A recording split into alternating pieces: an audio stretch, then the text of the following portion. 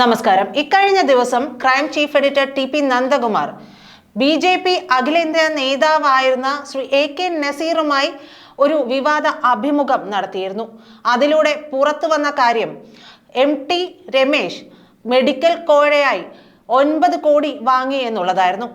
അതിലെ മറ്റൊരു കാര്യത്തെക്കുറിച്ചാണ് നമ്മൾ സംസാരിക്കുന്നത്. AK നസീർ പറഞ്ഞുവിട്ട ഒരു വ്യവസായിയെ BJP നേതാവായിരുന്ന കേന്ദ്രമന്ത്രിയായിരുന്ന V മുരളീധരൻ അദ്ദേഹം അപമാനിച്ച് പറഞ്ഞു വിട്ടു. AK നസീർ വിളിച്ചു ചോദിച്ചപ്പോൾ വളരെ സ്നേഹത്തോടുകൂടി ചെല്ലാൻ പറയുകയും അദ്ദേഹത്തെ വിളിച്ചു വരുത്തി അപമാനിക്കുകയും ചെയ്തിട്ടുണ്ട്. അത് എന്തിനു വേണ്ടിയാണ് എന്നുള്ള ലക്ഷ്യത്തോടെ തന്നെ ആയിരിക്കില്ലേ എന്നുള്ള ലക്ഷ്യത്തോടെ തന്നെയാണ് മുരളീധരൻ ഈ പ്രവൃത്തി ചെയ്തതെന്നാണ് AK നസീർ ഇപ്പോൾ പറയുന്നത്. അതല്ലെങ്കിൽ അങ്ങനെയല്ല ഉദ്ദേശിച്ചത് എന്നുണ്ടെങ്കിൽ ഇത് നടക്കാത്ത കാര്യമാണ്, ഇങ്ങോട്ട് ഒരാളെ പറഞ്ഞു വിടേണ്ടതില്ല എന്ന് പറയാമായിരുന്നു. മാത്രമല്ല AK നസീറും മുരളീധരനും തമ്മിൽ എന്തെങ്കിലും ഒരു വിഷയമുണ്ടതായി അദ്ദേഹം പറയുന്നതുമില്ല. ഇതുകൂടാതെ CAA നടപ്പാക്കുന്നതുമായി ബന്ധപ്പെട്ടുള്ള വിഷയത്തിൽ തനിക്കെതിരെ ഒരു ആക്രമണം ഉണ്ടായി. ഈ ആക്രമണത്തിൽ സാധാരണ ഒരു പാർട്ടി പ്രസിഡന്റിന് നേരെ ആക്രമണം ഉണ്ടായിരുന്നെങ്കിൽ അത് ചർച്ചാ വിഷയമാക്കുമായിരുന്നു, അത് വിവാദമാക്കുമായിരുന്നു, അതിനെതിരെ സമരങ്ങളും ഈ പാർട്ടികളെല്ലാം തന്നെ നടത്തുമായിരുന്നു. പക്ഷേ തന്നെ ഒതുക്കുന്നതിന്റെ ഭാഗമായിട്ട് BJP ഈ ഒരു വിഷയം വിവാദമാക്കിയില്ല. അതിന് AK നസീർ പറയുന്ന കാര്യം എന്താണെന്ന് വെച്ചിട്ടുണ്ടെങ്കിൽ AK നസീർ പറയുന്ന കാരണം എന്ന് പറഞ്ഞിട്ടുണ്ടെങ്കിൽ താൻ ഒരു ഫെമിലിയർ ഫേസ് ആയിട്ട് വരരുത്, താൻ ഒരു കാൻഡിഡേറ്റ് ആകരുത് എന്നുള്ള കാര്യങ്ങളെല്ലാം BJP നേതാക്കൾക്കിടയിൽ ഉണ്ടായിരുന്നു. അവർക്ക് കൂട്ടത്തിൽ നിന്ന് മറ്റൊരാൾ ഉയർന്നു വരുന്നതിനോട് താല്പര്യമുണ്ടായിരുന്നില്ല. അങ്ങനെയെങ്കിൽ സുരേന്ദ്രൻ ഉൾപ്പെടെയുള്ളവർ ചെയ്തു വെച്ചിട്ടുള്ളത്, മുരളീധരൻ ചെയ്തു വെച്ചതും ഒരു മുസ്ലിം മത വിഭാഗത്തിൽ നിന്നുള്ള നേതാവിനെ താഴ്ത്തിക്കെട്ടലാണോ? എന്തായാലും അദ്ദേഹത്തിന്റെ ആ വിവാദ വെളിപ്പെടുത്തലിലേക്ക്. താങ്കൾ BJPയുടെ അഖിലേന്ത്യാ നേതാവ് വരെ പോയ ആളാണ്.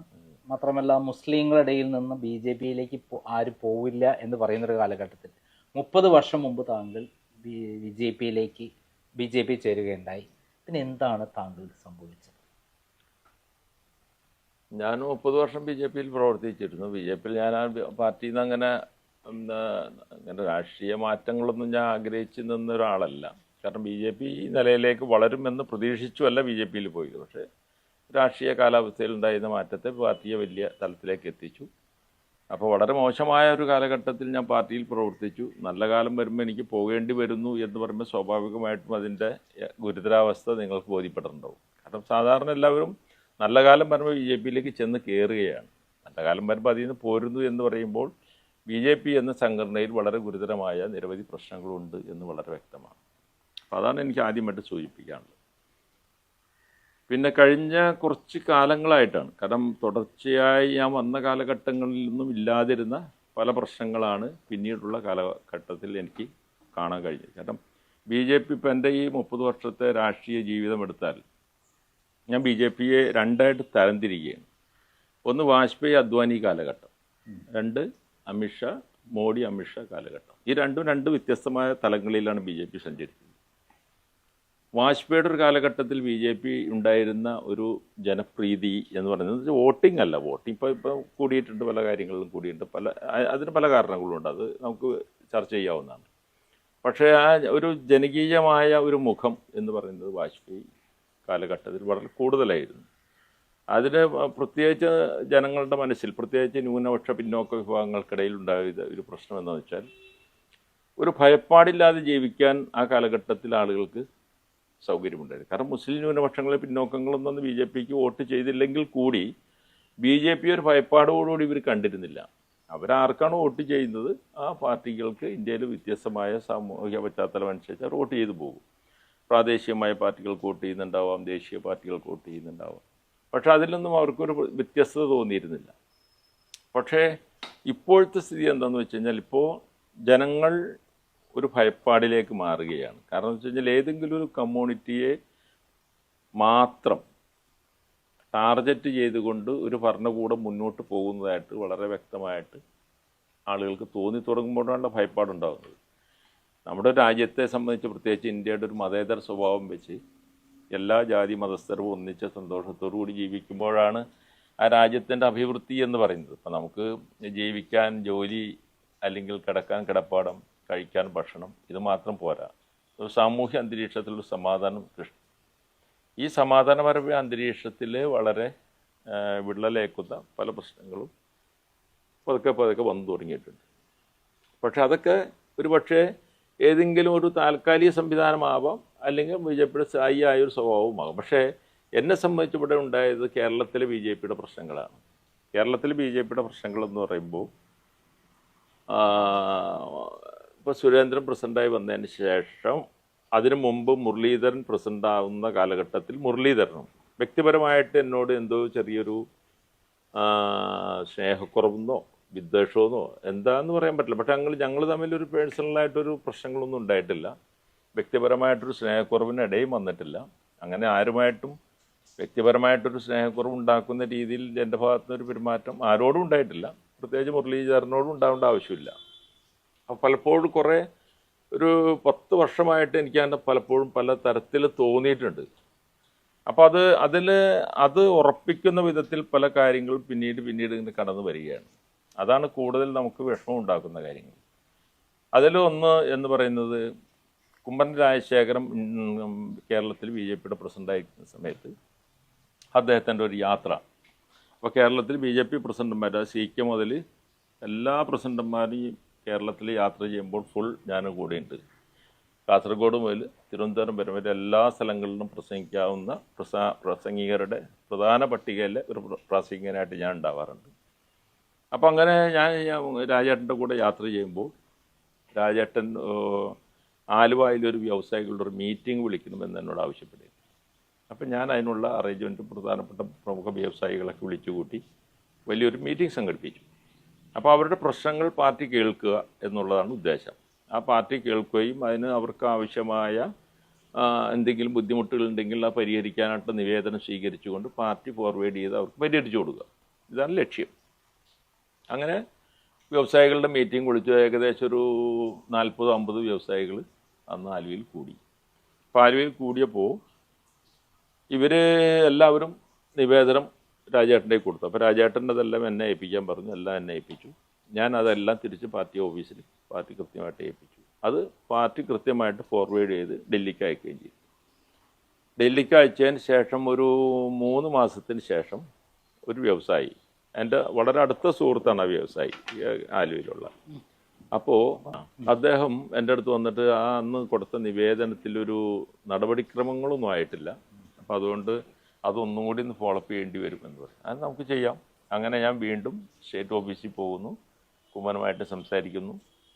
അദ്ദേഹത്തിൻ്റെ പരാതി നേരത്തെ തന്ന നിവേദനം വീണ്ടും ഒന്നും കൂടി ഡൽഹിക്ക് ഫോർവേഡ് ചെയ്യുന്നു. അപ്പോൾ ഫോർവേഡ് ചെയ്ത് കാര്യങ്ങൾ സംസാരിച്ച് ഇറങ്ങുമ്പോൾ രാജേട്ടൻ എന്നോട് പറഞ്ഞു, നസീർ പണി ചെയ്തുള്ളൂ, അത് മുരളീധരനായിട്ട് സംസാരിച്ചു. മുരളീധരൻ്റെ വളരെ അടുത്തൊരു സുഹൃത്താണ് ആ മന്ത്രി. അപ്പം ഞാൻ അപ്പം തന്നെ മുരളീധരൻ അവിടെ വെച്ച് തന്നെ ഫോൺ ചെയ്യണം. ആ മുരളിച്ചേട്ടനാണ് ഫോൺ എടുത്തു. എന്താ നസീറെന്ന് ചോദിക്കുന്നു. ഞാൻ പറഞ്ഞില്ല, കാരണം നമ്മൾ പാർട്ടി ഇങ്ങനെ ഒരു വ്യവസായയുടെ പ്രശ്നം നമ്മൾ ഇങ്ങനെ അയച്ചിട്ടുണ്ട്, അപ്പോൾ അതിലൊരു പരിഹാരമായിട്ടില്ല, അപ്പോൾ അതൊന്ന് ഫോളോ അപ്പ് ചെയ്യാൻ രാജേട്ടൻ പറഞ്ഞിട്ടുണ്ട്, അതിനെന്താ ആളെ വിട്ടോളൂ എന്ന് പറഞ്ഞു. ഞാൻ അപ്പോൾ തന്നെ അയാൾ മറ്റു വ്യവസായനെ വിളിച്ചു. നിങ്ങൾ മുരളിച്ചേട്ടനെ പോയി കണ്ടോളൂ, എപ്പോഴാണ് ഒഴിവ്, അദ്ദേഹത്തിൻ്റെ സൗകര്യം ഒഴിവാക്കി നോക്കിയിട്ട് പോയി കണ്ടോളാം. അങ്ങനെ നമ്പറും കൊടുത്തു. അത് കഴിഞ്ഞ് മുരളിച്ചേട്ടൻ ഡേറ്റ് കൊടുത്തു. ആ ഡേറ്റിൽ അയാൾ പോയി കാണുന്നു. കണ്ടു വന്നതിന് ശേഷം വ്യവസായി ആ വിവരം എന്നോട് വിളിച്ച് പറയുന്നില്ല. പോയി വന്നതിന് ശേഷം എന്താ റിസൾട്ട് എന്ന് പറയണമല്ലോ. അപ്പോൾ അങ്ങനെ ഒരു വിഷയം പറഞ്ഞില്ല. അങ്ങനെ പറയാണ്ടായപ്പോൾ ഞാൻ ഒരു 2 ആഴ്ച കഴിയുമ്പോൾ അദ്ദേഹത്തെ തിരിച്ചു വിളിച്ചു. എന്തായി പോയ വിഷയം ശരിയായോ? അപ്പോൾ പുള്ളി ഞാൻ നേരിട്ട് പറയാം എന്ന് പറയും. അങ്ങനെ പുള്ളി ഒരു ദിവസം എൻ്റെ അടുത്ത് വരും. വന്നു കഴിഞ്ഞപ്പോൾ വളരെ വിഷമത്തോടുകൂടി പറഞ്ഞ് ഞാൻ പോയി കണ്ടിരുന്നു, പക്ഷേ പുള്ളി വളരെ മോശമായ രീതിയിലാണ് എന്നോട് സംസാരിച്ചത്. അപ്പോൾ അതൊന്നും നിങ്ങളുടെ കാര്യം എനിക്ക് ചെയ്യാൻ പറ്റില്ല എന്നുള്ള രീതിയിൽ വളരെ മോശമായിട്ട് സംസാരിച്ചിരുന്നു. അപ്പോൾ എനിക്കത് വളരെ വിഷമമായി. കാരണം ഞാൻ പാർട്ടിയുടെ, നമുക്കിപ്പോൾ മുരളിച്ചേട്ടനെ ചെയ്യാൻ പറ്റാത്തൊരു കാര്യമാണെങ്കിൽ അത് എന്നോട് പറയാമായിരുന്നു. നസീർ, അത് ഇന്ന ചെറിയ ബുദ്ധിമുട്ടുണ്ട്, അത് നമുക്ക് ബുദ്ധിമുട്ടാണ്, ചെയ്തു കൊടുക്കാൻ ബുദ്ധിമുട്ടാണെന്ന് പറഞ്ഞാൽ ഞാൻ പിന്നെ അദ്ദേഹത്തിനോട് പറയേണ്ട ആവശ്യമില്ല. പക്ഷെ അദ്ദേഹം അവിടെ ചെല്ലുകയും അദ്ദേഹത്തിനോട് മോശമായിട്ട് പെരുമാറുകയും ചെയ്യുമ്പോൾ സ്വാഭാവികമായിട്ട് എന്നെ ഇൻസൾട്ട് ചെയ്യുന്നതിന് തുല്യമാണല്ലോ. അപ്പോൾ അതങ്ങനെ ഒരു വിഷയം ഉണ്ടായപ്പോൾ ഞാൻ അതങ്ങനെ ആരോടും പറയാൻ പോയില്ല, ഞാൻ വിട്ട് കളഞ്ഞത്. അങ്ങനെ പല പല പ്രശ്നങ്ങൾ പല സ്ഥലത്തിലും ഈ മുരളിച്ചേട്ടൻ്റെ ഭാഗത്തു നിന്ന് ഇങ്ങനെ വന്നുകൊണ്ടിരിക്കുകയാണ്. അതിനുശേഷമാണ് ഈ പൗരത്വ ഭേദഗതി ബില്ലുമായിട്ട് വ്യാപകമായ ചർച്ചകളും കാര്യങ്ങളും സമരങ്ങളും ഒക്കെ നടക്കുന്നത്. അപ്പോൾ ഈ സമരത്തിന് വളരെ സജീവമായിട്ട് ഞാനുണ്ട്. കേരളത്തിലെമ്പാടും ഞാൻ ഇതിന് അനുകൂലമായിട്ട് പ്രസംഗിക്കുന്നുണ്ട്. അതായത് മുസ്ലിങ്ങൾ വളരെ BJPക്കെതിരെ നിൽക്കുമ്പോഴാണ് ഒരു മുസ്ലിം നേതാവായ ആള് BJPക്ക് വേണ്ടി ഫൈറ്റ് ചെയ്യുന്നത്. അപ്പോൾ ഇത് ഫൈറ്റ് ചെയ്യുമ്പോൾ ഞാൻ പറഞ്ഞില്ലേ, ഈ പൗരത്വ ഭേദഗതി ബില്ലിൻ്റെ ഇത് പാർലമെന്റിൽ അവതരിപ്പിക്കുന്ന സമയത്തും അതിന് തൊട്ട് മുമ്പ് വരെ ഈ ഇത്രയും കാലഘട്ടങ്ങളിൽ ഒരിക്കലും ഒരു മുസ്ലിമും എന്നോട് എന്തുകൊണ്ട് നീ BJP പോയി എന്നോട് ചോദിച്ചിട്ടില്ല. കാരണം ഒരു രാഷ്ട്രീയ പാർട്ടിയാണ്, ആ രാഷ്ട്രീയ പാർട്ടിയിൽ പ്രവർത്തിക്കുക. പക്ഷെ ഇതിൽ ഞാൻ പ്രവർത്തിച്ചു വന്നു കഴിഞ്ഞപ്പോൾ നമ്മുടെ നാട്ടിലും വീട്ടുകാരും ഒക്കെ ചെറിയ പൗരത്വ ഭേദഗതി ബില്ല് അത് നമുക്ക് അത്ര ബുദ്ധിമുട്ടുണ്ടാകുന്ന പ്രശ്നമാണ്. അതിൽ പോകാതിരിക്കുന്നതാണ് നല്ലത് എന്നുള്ള കാര്യങ്ങളെപ്പോഴും ഞങ്ങളുടെ പള്ളിയിൽ ഇതേമാതിരി ചെറിയ വിഷയം ഉണ്ടായിരുന്നു. ആ പള്ളിയിൽ ഉസ്താദ് ഈ പൗരത്വ ഭേദഗതി ബില്ലിനെ കുറിച്ച് സംസാരിച്ചു. അങ്ങനെ ജുമാ നമസ്കാരത്തിന് മുമ്പുള്ള പ്രസംഗത്തിൽ സംസാരിച്ചപ്പോൾ ഞാനത് ഉസ്താദിനോട് സ്വകാര്യമായിട്ട് ഉസ്താദിനോട് പറഞ്ഞു, ഉസ്താദെ നമുക്കതിന് വേണ്ടിയിട്ട് വിഷയമുണ്ടെങ്കിൽ നമുക്ക് സംസാരിക്കാം. നമുക്കിപ്പോൾ നമുക്കൊരു സംശയം വരുമ്പോഴാണല്ലോ ഇതിനെപ്പറ്റി നമ്മൾ പ്രതികരിക്കുന്നത്. അപ്പോൾ നാം പൊതുവെ ഉണ്ടാകുന്ന തരത്തിലുള്ള പ്രക്ഷോഭത്തിലേക്ക് നമുക്ക് പോകണ്ട. നമുക്ക് ആ സംശയം തീർന്നാൽ പിന്നെ ആ പ്രക്ഷോഭത്തിൻ്റെ ആവശ്യമില്ലല്ലോ. അപ്പോൾ ആ തരത്തിലുള്ള വിഷയങ്ങൾ നമുക്ക് സംസാരിക്കാം. ഞാൻ വേണമെങ്കിൽ അതിൻ്റെ ഡീറ്റെയിൽസ് ക്ലാസ് എടുത്ത് തരാം. ഇനി അത് പോരാ എന്നുണ്ടെങ്കിൽ കുറച്ചും കൂടി അതുമായിട്ട് ബന്ധപ്പെട്ട ആളുകളെ കൊണ്ട് നമുക്ക് സംസാരിപ്പിക്കാം എന്ന് ഞാൻ ഉസ്താദിനോട് ഫോൺ ചെയ്ത് പറയുകയാണ്. പക്ഷേ അത് ഉസ്താദ് തെറ്റിദ്ധാരണയോടുകൂടി കമ്മിറ്റിക്കാരോട് പറയുന്നു. അപ്പോൾ ഞാൻ അങ്ങനെ BJPയുടെ ഒരു നേതാവ് എന്നെ വിളിച്ചിങ്ങനെ ഭീഷണിപ്പെടുത്തുന്ന രീതിയിൽ എന്നൊക്കെയാണ് ഉസ്താദ് പിന്നീട് പറഞ്ഞത്. പക്ഷെ അതെനിക്ക് വേദനയായി. പിന്നീട് ഉസ്താദ് തിരുത്തിയെങ്കിലും പൊതുവേ അപ്പോൾ വീണ്ടും എൻ്റെ പ്രസംഗങ്ങൾ ഇങ്ങനെ അവിടെ എൻ്റെ പ്രസംഗങ്ങളൊക്കെ കോട്ട് ചെയ്തിട്ട് മഹലിലൊക്കെ പ്രചരിപ്പിക്കുക. അപ്പോൾ അതിന് രാഷ്ട്രീയപരമായിട്ട് കോൺഗ്രസ്സുകാരും അതിൻ്റെ പിന്നിൽ കൂടിയിട്ടു. അത് ഇപ്പോൾ എനിക്കെതിരെ, കാരണം ഞാൻ നാളെ എങ്ങനെ BJPയുടെ കാൻഡിഡേറ്റ് ആയാൽ മുസ്ലിങ്ങളുടെ വോട്ട് എനിക്കെതിരാക്കാൻ വേണ്ടിയിട്ട് കോൺഗ്രസ് തന്ത്രപൂർവ്വം ചില നടപടികളും കൂടി ചെയ്തു. പക്ഷെ അങ്ങനെയൊക്കെ വരുത്തി വലിയൊരു പ്രചരണായുധമാക്കി മാറ്റി. പക്ഷെ ഞാൻ എന്നിട്ടും ഞാൻ ശക്തമായിട്ട് എൻ്റെ നിലപാടുമായിട്ട് തന്നെ മുന്നോട്ട് പോയി. അങ്ങനെ ഇടുക്കി ജില്ലയിൽ, അന്ന് എനിക്ക് ഇടുക്കി ജില്ലയുടെ ചാർജാണ്. അപ്പോൾ ഇടുക്കി ജില്ലയിൽ ഞാൻ ഇതിൻ്റെ ഒരു യോഗത്തിൽ സംസാരിക്കും. അപ്പോൾ ഞാൻ സാധാരണ എവിടെ യോഗം ഉണ്ടെങ്കിലും അത് സംസാരിച്ച് കഴിയുമ്പോൾ തൊട്ടടുത്ത് മുസ്ലിം പള്ളി ഉണ്ടെങ്കിൽ അവിടെ പോയി നമസ്കരിച്ചിട്ടാണ് പോരാറ്. അത് എവിടെയും കേരളത്തിൽ എവിടെ യാത്ര ചെയ്താലും ഞാൻ വിശ്വാസത്തിൽ 100% ഞാൻ ഉറച്ചു നിന്നിട്ടാണ് പോകാറ്. ഞാൻ ഒരിക്കലും ഒരു കമ്മ്യൂണലായിട്ട് ഒരു ജാതിയെ ഒരു മതത്തെ ഒന്നും ക്രിറ്റിസൈസ് ചെയ്ത് സംസാരിക്കാറില്ല. ഞാനത് എപ്പോഴും എല്ലാ മതങ്ങളെയും കൂട്ടിയോജിപ്പിക്കുന്ന ഒരു ധാരണയിലാണ് ഞാൻ എപ്പോഴും പ്രസംഗങ്ങൾ കൊണ്ടുപോകുക. അതുകൊണ്ട് പലപ്പോഴും പല സ്ഥലങ്ങളിലും ഈ പള്ളിക്ക് അടുത്തുള്ള യോഗങ്ങളിലൊക്കെ എൻ്റെ പ്രസംഗം കഴിയുമ്പോൾ പള്ളിയിലെ ഉസ്താദ് എന്നെ വിളിപ്പിക്കാറുണ്ട്. സംസാരിച്ച് നല്ല പ്രസംഗം വരുന്നു, നന്നായിരുന്നു, അങ്ങനെ വേണം എന്നൊക്കെ പറയാറുണ്ട്. അപ്പോൾ ഒരു BJPക്കാരുടെ പ്രസംഗത്തെ പോലും അവർ ആ തരത്തിൽ അംഗീകരിച്ച് പറയുമ്പോൾ ജാതീയമല്ലാത്ത രീതിയിൽ പറയുകയും അവർക്കൊരു താല്പര്യം ഉണ്ടായിരുന്നു. അപ്പം അങ്ങനെ പറയുമായിരുന്നു. അപ്പം ഇതും ഇവിടെ അപ്പോൾ ഇത് അറിയാവുന്ന കുറേ ആളുകൾ എന്നെ മുൻകൂട്ടി ആക്രമിക്കാൻ പ്ലാനിട്ട് പദ്ധതി ഇട്ടിരിക്കുന്നു. ഇവിടെ ഞാൻ ഈ തൂക്കുപാലത്ത് സംസാരിക്കുന്നു. അപ്പോൾ എൻ്റെ തൊടുത്ത് ജുമാഅത്ത് പള്ളിയുണ്ട്. അപ്പോൾ സ്വാഭാവികമായിട്ടും നമ്മൾ നമസ്കാരം കഴിയുമ്പോൾ പള്ളിയിൽ പോകും. അപ്പോൾ ഈ പള്ളിയിൽ എന്നെ ആക്രമിക്കാൻ വന്ന ആളുകൾ എന്ന് പറയുന്നത് അവിടുത്തുകാരല്ല, പുറത്തുനിന്ന് വന്നിരിക്കുന്ന 5 പേരാണ്. അവർ ഏത് തരത്തിലുള്ള ആക്രമണമാണ് ആസൂത്രണം ചെയ്തതെന്നും ഇന്നുവരെയും പുറത്തായിട്ടില്ല.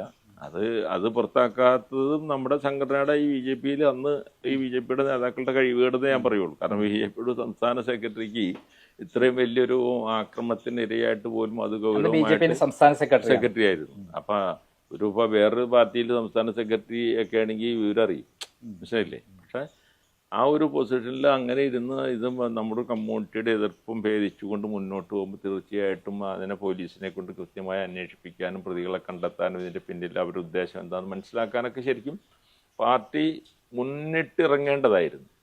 പക്ഷേ ഇവരുടെയൊക്കെ BJPയിലെ ഒരു പ്രശ്നം എന്താണെന്ന് വെച്ചാൽ അങ്ങനെ മുന്നിട്ടിറങ്ങി അല്ലെങ്കിൽ മുസ്ലിം പള്ളിയിൽ വെച്ച് ഒരു BJP നേതാവിനെ ആക്രമിച്ചു, അതൊരു ചർച്ചയായാൽ എല്ലാ രാഷ്ട്രീയ കക്ഷികളും അതിനെ പിന്തുണയ്ക്കും. കാരണം വെച്ച് കഴിഞ്ഞാൽ പള്ളിക്കകത്ത് അല്ലെങ്കിൽ അമ്പലത്തിനകത്ത് അല്ലെങ്കിൽ ചർച്ചിനകത്ത് ഒരു വിശ്വാസി ആക്രമിക്കപ്പെടുന്നതിന് ഒരു പാർട്ടിയും അംഗീകരിക്കില്ല.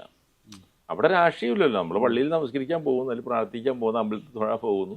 അപ്പോൾ അവിടെ ചെന്ന് അത് രാഷ്ട്രീയമായിട്ട് ബന്ധമില്ല. അവിടെ അവർ ആക്രമിക്കപ്പെടുന്നു എന്ന് പറഞ്ഞാൽ അതിനെ നിശ്ചിതമായിട്ട് വിമർശിച്ചൊരു ചർച്ചയായിട്ട് കൊണ്ടുവരാൻ BJP നേതൃത്വം തയ്യാറായില്ല. അതിന് കാരണം ഞാൻ പിന്നീട് അന്വേഷിച്ചപ്പോൾ മനസ്സിലായത് എന്താണെന്ന് വെച്ച് കഴിഞ്ഞാൽ, അങ്ങനെ ഒരു ചർച്ച വന്നാൽ നസീറിൻ്റെ പൊളിറ്റിക്കൽ മൈലേജ് വർദ്ധിക്കും. അപ്പോൾ അതുകൊണ്ട് അങ്ങനെ പൊളിറ്റിക്കൽ മൈലേജ് നസീറിന് കൊടുക്കേണ്ട ആവശ്യമില്ല. അതുകൊണ്ട് നമുക്ക് ഒരു വൈകുന്നേരങ്ങളിലൊരു പന്തം കൊളുത്തി പ്രകടനമായിട്ട് അവസാനിപ്പിക്കാം എന്ന് പാർട്ടി തീരുമാനിച്ച് അവസാനിപ്പിക്കുകയാണ്. അപ്പോൾ അതൊരു ചർച്ച പോലും, മീഡിയയിൽ ചർച്ച പോലും ആക്കാൻ പാർട്ടി നേതൃത്വം തയ്യാറായി.